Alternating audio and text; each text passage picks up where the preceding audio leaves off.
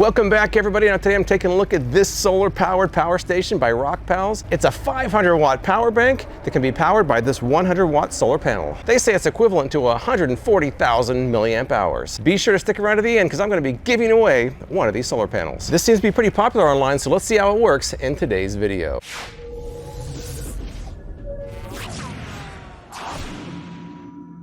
Now there really wasn't a lot to unbox for either one of these, but let's look back at the overview and see how that went. The front side is where all the action takes place. Over here we have the display, power button and display button. The display doesn't really give you a lot of different options. It really just kind of cycles it on and off. Over here, two inputs, DC and solar. Over here we have three 12-volt DC outputs.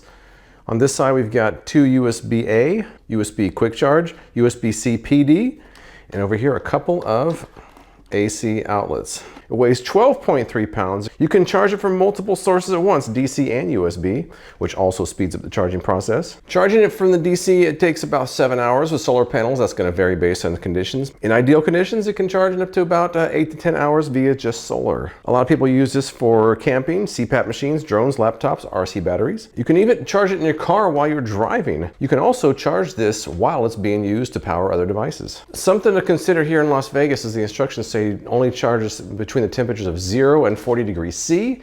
40 degrees C is 104 degrees Fahrenheit, so I have to be careful because it gets over that here in Las Vegas. So I'll be looking at the temperature as I'm using this to make sure I don't go over that number. On the sides you have a couple of fans, and on the back pretty much nothing. All right, here's the solar panel itself. All you have to do is just press these to open up, and this folds out. I'm not going to be able to show you all of them at once, but we'll show you out when it gets out in the yard. But we got 4 panels here. These loops can be used to hang it or secure it in place.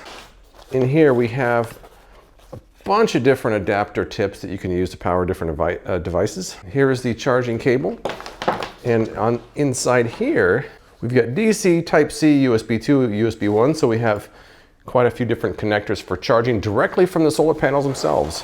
There are some models of solar panels that actually include a kickstand. This one does not, but this one is also cheaper. You can actually power some devices directly with a solar panel without even going through the Rockpals power bank. I wanted to try that with my laptop, but it did not fit within the range of voltage they say is optimal. So I went with something a little easier, which was my iPhone. All right, well, it's kind of a cloudy day today, which is actually good for testing this out on a cloudy day. I got the panels leaned up against the side of my house. That's pointing directly at the sun right now. I'll keep adjusting it throughout the day. This iPhone's at 4%.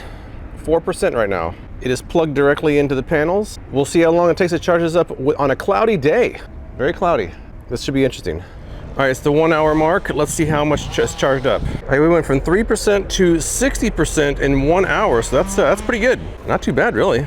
Now you can plug this into your wall or your car or use multiple charging sources at the same time. I did use the wall charger to charge it all the way up. That took me about 7 hours. But for this video, I really wanted to try charging up with the solar panel. The only thing I really had to worry about is that you're not supposed to charge it up in temperature over 104 degrees. And I live in Las Vegas and it's summertime. So that was a little bit of an issue for me, but I worked around it and here's what happened. Power bank is at 10%. It's flashing because I guess that's a cutoff point. So let's plug this into solar panels. See how long it takes to charge up. So once again, I put my solar panel up against the house because it's kind of easy to angle that way, and it's pointing directly at the sun right now. I'll probably have to move this later, but for right now, that seems to be a pretty good angle. As you can see, it's at 10%, and it is blinking, telling me I need to plug that in. We'll be plugging in right here. It is showing 56 watts. And I do hear the fan on, so it's going to be probably kicking on and off to cool the battery. Throughout the day, I'll be repositioning these panels to try to get optimal input, and we'll see how long it takes to charge it up. I've also got it sitting here by this old grill, so it's in the shade so it doesn't overheat. All right, at the 1 hour mark, we are at 21%. It looks like the wattage has picked up just a little bit. I also added this thermometer out here to make sure it doesn't get too hot. So it's currently 92 degrees. I believe it can't go above 104, so we gotta be careful about that. And Bailey's interested. Elle's interested too. I think I'm gonna leave the panel as it is for at least for the next hour. I'll keep checking the wattage, but right now the angle still looks pretty good. All right, we're at the 2 hour mark. Let's see what we got here. The temperature outside is still a comfortable 93 degrees. We're getting a consistent 60 to 61 watts of input. That's good. We're at 31%, so it's pretty much going up about 10% per hour. I won't check back every hour, but that seems to be the case so far. I'll let you know if anything changes, and we'll check back at the end of the day and see how long it takes to charge us all the way up. Well, I had to bring it in because it's well over 104 degrees. In fact, I brought it in when it was 103. I thought I'd wait until it cooled off, but I might have to just resume this tomorrow morning to see how long it takes to charge in the sun, because I don't want to fry it. And they said 40 degrees Celsius, which is about 104 degrees. So me and Bailey are just waiting. Hey, Bailey? I kind of came up with a different solution for this particular day. I have an old piece of flooring that I'm using to angle this, and I'm holding it in place with a brick, and I feed it down to the Rockpals, which is kept in the shade down here.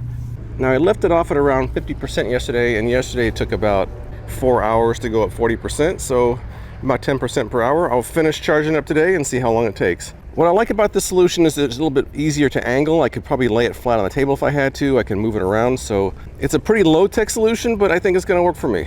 I do want to try one little thing here. Now right now the solar panel is angled pretty straight at the sun. The sun's kind of low in the sky, so it's angled directly at it. I want to see the difference in input from an angle versus laying flat on the table, because a lot of people like to lay it flat most of the day. Let's see how the difference is. So at the current angle we've got, the input is 55 watts. All right, now I've got it flat on the table. Let's see what happens with that.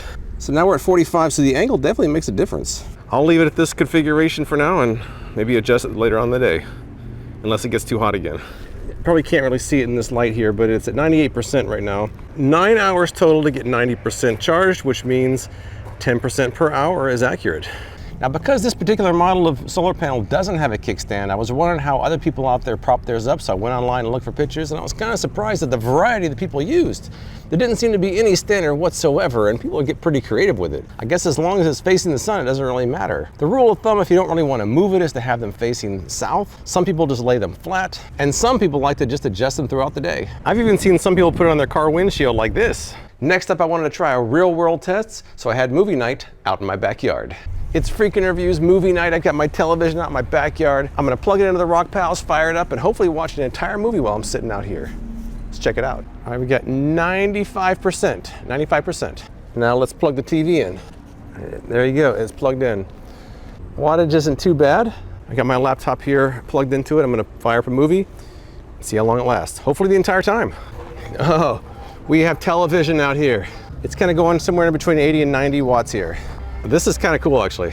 I was originally going to make some popcorn with the Rockpals, but my popcorn maker is 850 watts, so I couldn't do it. Maybe I'll get some popcorn, but we'll see if it lasts the entire time of this movie. This is not a long movie, so it should last. We shall see.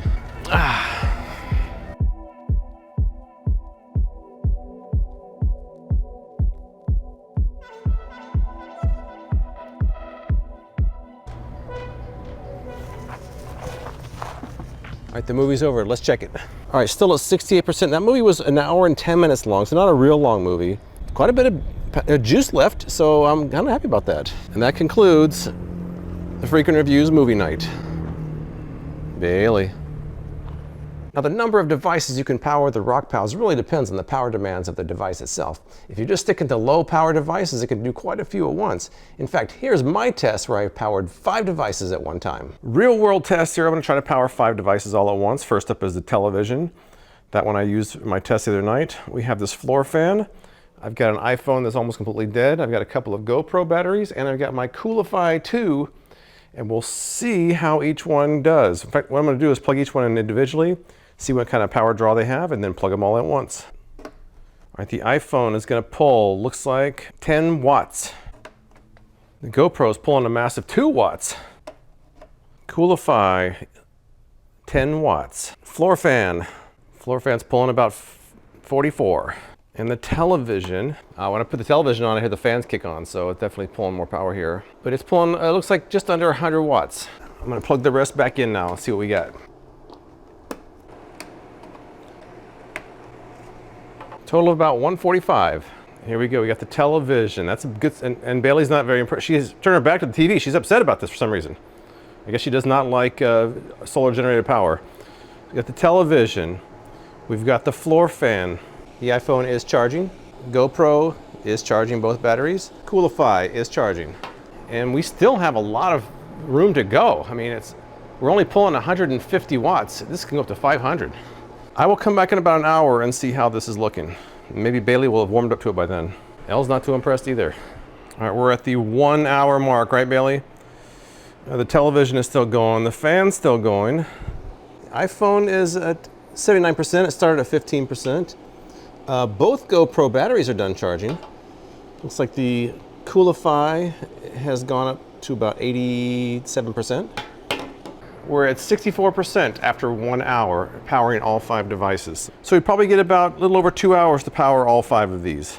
Another use for this would just be for a road trip. Rather than take one of these little power banks, might want to put this in the back seat and just power everything. So in the end, I think this works exactly as advertised, and I think it's ideal for camping, boating, maybe powering a few devices if you have a power outage. It doesn't replace a standard generator, but on the other hand, standard generators usually have fuel, they have fumes, they can be noisy. This has none of those. I also like the fact that in most cases, you can charge the device all the way up with just a solar panel. That will, of course, depend on whether and where you're located, but I was able to get about 10% per hour, which is actually seems pretty good to me. The only real issue I encountered was the fact that it can't be charged over 104 degrees, but I don't think that's going to be a problem for most people. But I like the solar panel and the power bank. I'm going to keep using those and I'll let you know over time how it goes. Before I go, I am giving away one of the solar panels showed in this video.